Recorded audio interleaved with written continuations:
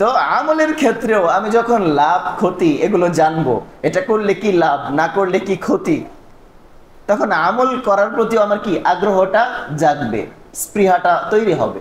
আর যদি আমি না জানি, ওই আমল করতে আমার কি হবে না, আগ্রহ হবে না।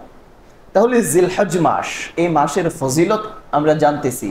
প্রথমে জানলাম এই মাসটা আল্লাহ তাআলা যে 4 মাসকে বিশেষায়িত করেছেন, যে 4 মাসকে আল্লাহ তাআলা বৈশিষ্ট্যমণ্ডিত করেছেন, সেই 4 মাসের মধ্য থেকে একটা জিলহজ মাস। ইন্না ইদ্দাতাশ শুহুরি ইনদাল্লাহি 12 শাহরান ফি কিতাবিল্লাহ ইয়াওমা খালাকাস সামাওয়াতি ওয়াল আরদ মিনহা আরবাআতুন হুরুম। এরপরে আবার জানলাম যে এই মাসেই ইসলামের ফরজ বিধান হজ সংগঠিত হয়, আবার এই মাসেই কোরবানির মতো হুকুম সংগঠিত হয়। তাহলে এগুলো থেকেও এই মাসের ফজিলতটা কি বোঝা যায়। আবার এই মাসের প্রথম দশকের ব্যাপারে আল্লাহ তাআলা কি করেছেন, শপথ করেছেন, ওয়াল ফাজর ওয়ালায়ালিন আশর। তাহলে আল্লাহ তাআলা যে দিনগুলোর শপথ করেছেন, অবশ্যই সেই দিনগুলোর কি আলাদা একটা বৈশিষ্ট্য রয়েছে। এরপর আমরা হাদিসের দিকে দেখি।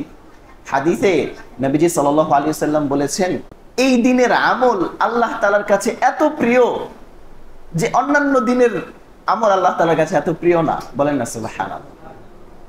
এই 10 দিনের আমল আল্লাহ তাআলার কাছে অন্যান্য দিনের থেকে অধিক বেশি প্রিয়। সুবহানাল্লাহ।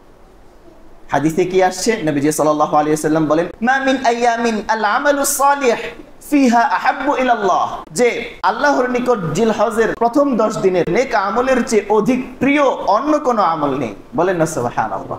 তাহলে নবীজি সাল্লাল্লাহু আলাইহি ওয়াসাল্লামের বাণী থেকে আমরা জানতে পারলাম জিলহজের প্রথম দশকের ফজিলত এত যে এই দিন আমল করলে এটা অন্যান্য দিনের আমলের তুলনায় আল্লাহ তাআলার কাছে অধিক প্রিয়। সুবহানাল্লাহ। এরপর আরো কি আছে, এই দশকের মধ্যে এমন একটা দিন আছে যে দিনটাকে বলা হয় ইয়াউমে আরাফা। যে দিনটাকে কি বলে, ইয়াউমে আরাফা। এটা এত ফজিলতপূর্ণ দিন, আল্লাহু আকবার।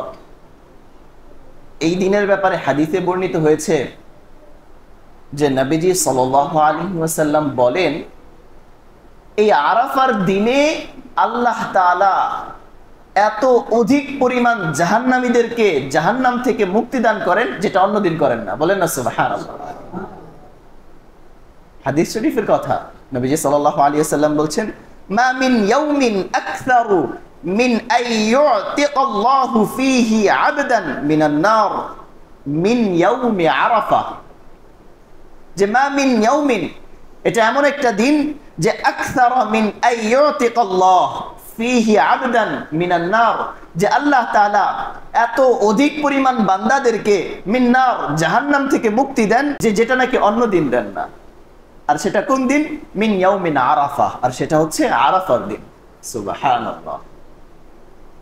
আরাফার দিনের ফজিলত দেখছেন যে আল্লাহ তাআলা এই আরাফার দিন এত পরিমাণে জাহান্নাম থেকে জাহান্নামীদেরকে মুক্তি দেন যেটা অন্য কোনো দিন দেন না। তাহলে আরাফার দিনের ফজিলত আছে না বলেন। এই দশকের মধ্যেই আরো একটা দিন আছে, যেই দিনটাকে বলা হয় ইয়াউমুন নাহর। যে দিনটাকে কি বলা হয়, ইয়াউমুন নাহর। আরাফার দিন তো আমরা পেলাম 9 জিলহজ। হাজী সাহেবরা যখন ওকুফে আরাফা তথা আরাফার ময়দানে অবস্থান করে, সেই দিনটাকে বলা হয় ইয়াউমে আরাফা। এরপর 9 জিলহজের পরে আসে 10 জিলহজ, যে দিনটাকে আমরা বলি ঈদুল আযহা।